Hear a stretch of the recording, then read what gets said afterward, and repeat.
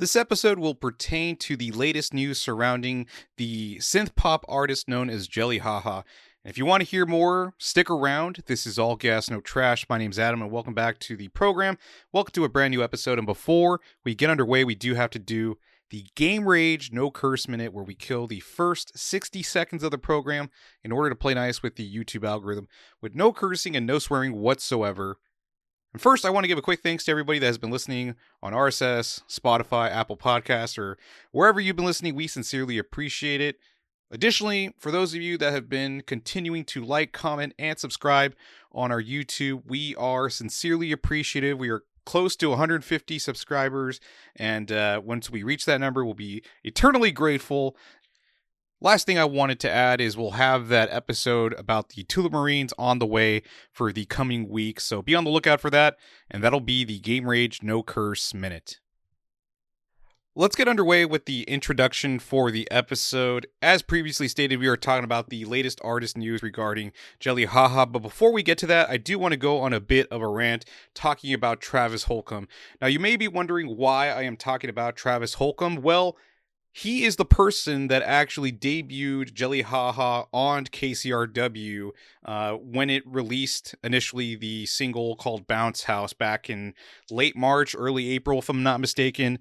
So as I came to find out going through Travis Holcomb's Instagram account, it was revealed that he was the person who had talked to Deluxe, the producer of Gelli Haha's music, and they kept in contact, and he brought up the fact that there was this artist that he was working with named Gelli Haha. Now, this bothers me particularly because of the fact that at the end of the year, KCRW does like a wrap-up of the year, and they had Gelli Haha as the breakout artist.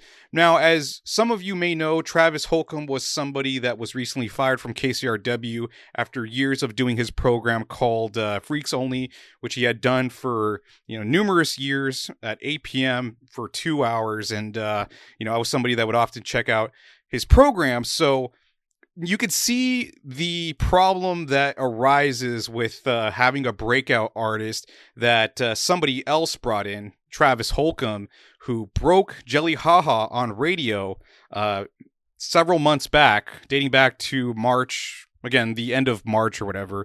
But for KCRW to basically claim Gelli Haha and leave Travis Holcomb in the dirt after his numerous years in service as a DJ on KCRW, man, it's such a middle finger, and I can't believe that not only did it happen, but they also took credit for his work.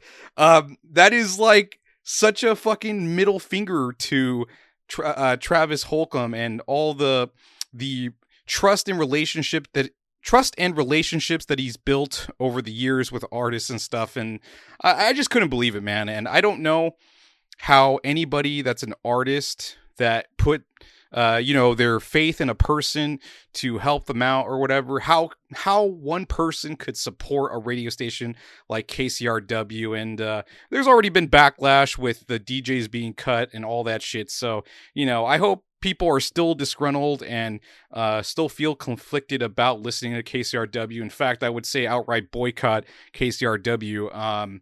Anyways, that's just a rant I wanted to go on about the latest happenings that have bothered me with Gelli Haha in tangential relation to Gelli Haha. But let's go ahead and do the introduction for her episode. So I do want to refresh some of you on some of the current events that happened around her recently in the last 2 months, approximately. We had Gelli Haha appearing at the Glass House for Viva Pomona Fest.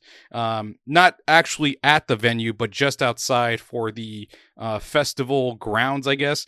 And she performed Saturday, November 22nd, along with bands like Rio Casa and AKBK. Now, if you want to look into more information regarding those topics about Viva Pomona Fest and other things we've talked about Gelli Haha, you can check that out in our YouTube channel and look in our video list, or we even have a playlist called Gelli Haha Saga that you could check out. But that's more or less what's happened. We also have the news that she was going to perform with Magdalena Bay that we elaborated on because Magdalena Bay and Gelli Haha are both part of Loyalty Management, as we have done extensive research on both her booking agency and also her management group. So those are just a few things that we have talked about. But let's go ahead and get to the news that we just found out today, and we'll start that with the next segment. The latest news regarding Gelli Haha is that she will be doing a North American tour with a few festival dates included. And to start off the tour, we have her playing at the Roxy in West Hollywood, which is significant, and we will be talking about that in the next segment of why this news matters. So to include a few other dates, we have her appearing at Boise, Idaho for Tree Fort Festival, which we can talk about at length for the Why It Matters segment. And then also she's going to be going to Canada for at least 2 dates, including one in Toronto and also Montreal. And then we have her returning to Southern California for the Voodoo Room, which is at the House of Blues, and also Santa Ana at the Constellation Room. So let's go ahead and transition over to the Why It Matters segment, where we will be talking about or even elaborating on some of the tour dates that we just focused in on. For starters, we have the show at the Roxy in Hollywood, California on March 25th, which is significant for the reason that this is a venue that is owned by Golden Voice, where it is 500 people max capacity, her stepping into the next run of the Golden Voice circuit.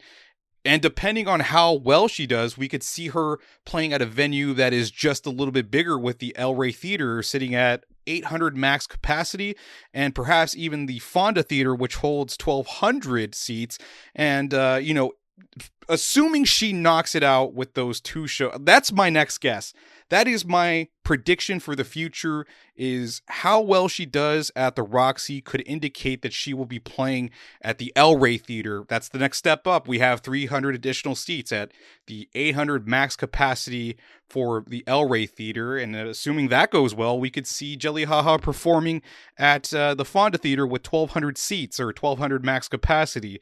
The other thing to point out is the Tree Fort Festival, which if you've read some of the articles that have been featured about Angel Abaya / Gelli Haha, she makes it known that she has worked at Tree Fort Festival, so it is no secret that she can just put herself on the, well, maybe put herself on the bill is a big assumption, but, she would have an easier time getting on a bill like that, having worked for that organization that puts Tree Fort Festival together. So that was kind of interesting. And then we also have 2 tour dates in Canada, both in Montreal and Toronto, which is, I guess, cool to broadly speak about the North American aspect of the tour and not just the continental US. And then lastly, we also have the Voodoo Room, which is at the House of Blues. I'm not sure who owns that, but the next date with Santa Ana at the Constellation Room, which is the observatory, a venue that is owned by Live Nation. So we have Gelli Haha both entering the Golden Voice circuit and also Live Nation circuit.